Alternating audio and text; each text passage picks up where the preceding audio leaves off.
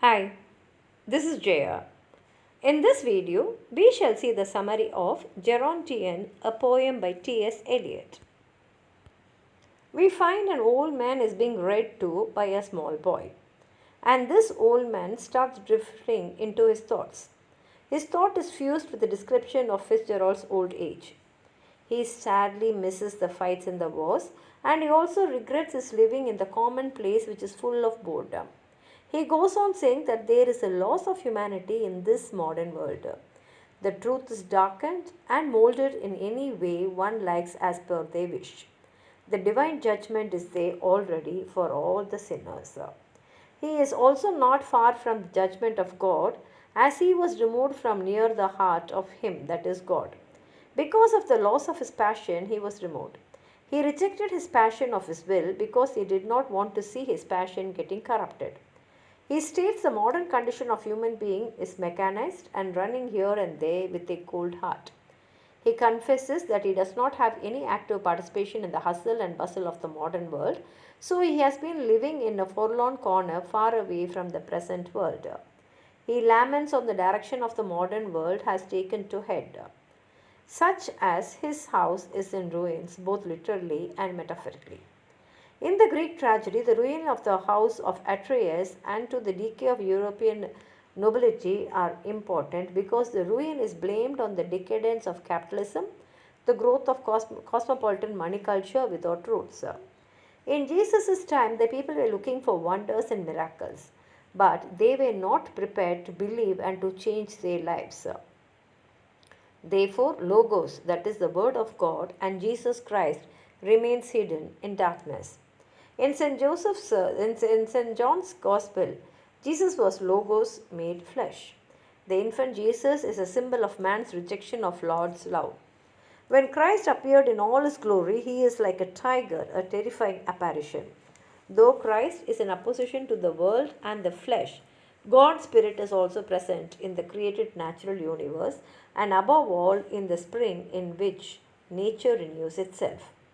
Though Gerontion represents a decayed and dying humanity, he recognizes with alarm the terrible energy of the humanity when in the spring in which nature renews itself and the sexual power blooms. Europe has become a museum instead of real civilization. A meditation is done by Gerontion on his failure and all failure. How can we even forgiveness? How can we earn forgiveness? How can we redeem the past? History seems to have no pattern, but mocks man's decisions and plans. Vanity and ambition are history's chief guides. History, like nature, is a blind force. She gives too much knowledge when we are too old to act.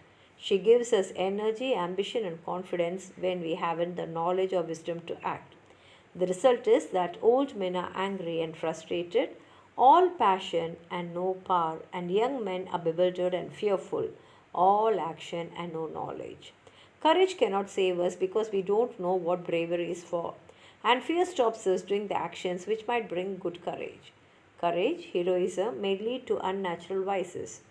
Gerontion returns to the impact on this world of a spiritual awakening from outside. Christ the tiger springs in the new year and destroys the old life. He is now an old man at the end of his life in a rented house with stiffening bones and an awareness of death. Body is not man's permanent home, but is only lent to him for 7 decades. Gerontion addresses his remarks to a woman present in his memories, and the sexual content places the religious speculations. Beauty is replaced by terror, terror not of the physical decay, but terrors of the truth that when physical passion can no longer be expressed, there will be nothing left of the love between them. He has lost his sight, smell, hearing, taste, and touch, and therefore can have no contact with the women. He considers other old men of life and literature who have tried to revive in old age their sexual potency and pleasure. Human effort and energy are useless and futile. Human beings are whirled about in space with all the planets and stars in fractured atoms. This mad, whirling, chaotic cosmos is like a ship running round Cape Horn or in the windy straits of Belly Isles, like feathers in the snow in the infinite spaces. Gerontion too has been driven by the trade winds of time to a sleepy corner. Now let's read the poem. Thou hast nor youth nor age, but as it were an after dinner sleep, dreaming of both. Here I am, an old man in a dry mouth, being read to by a boy waiting for rain. I was neither at the hot gates nor fought in the warm rain, nor knee deep in the salt marsh heaving a cutlass bitten by flies fought. My house is a decayed house, and the Jew squats on the window sill, the owner. Sworn in some estimate of Antwerp, blistered in Brussels, patched and peeled in London. The goat coughs at night in the field overhead. Rocks, moss, stone crop, iron, murds. The women keeps the kitchen, makes tea, sneezes at evening, poking the peevish gutter. I, an old man, a dull head among windy spaces. Signs are taken for wonders. We would see a sign. The word within a word, unable to speak a word, spangled with darkness. In the Juvencense of the year came Christ, the tiger. In depraved May, dogwood and chestnut, flowering Judas, to be eaten, to be divided, to be drunk among whispers, by Mr. Silvero, with caressing hands, at Limangus, who walked all night in the next morning, by Hakawa, bowing among the Titians, by Madame de Cornes in the dark room, shifting the candles, Fräulein von Kulp, who turned in the hall, one hand on the door. Vacant shuttles weave the wind. I have no ghost, an old man in a draughty house under a windy knob. After such knowledge, what forgiveness?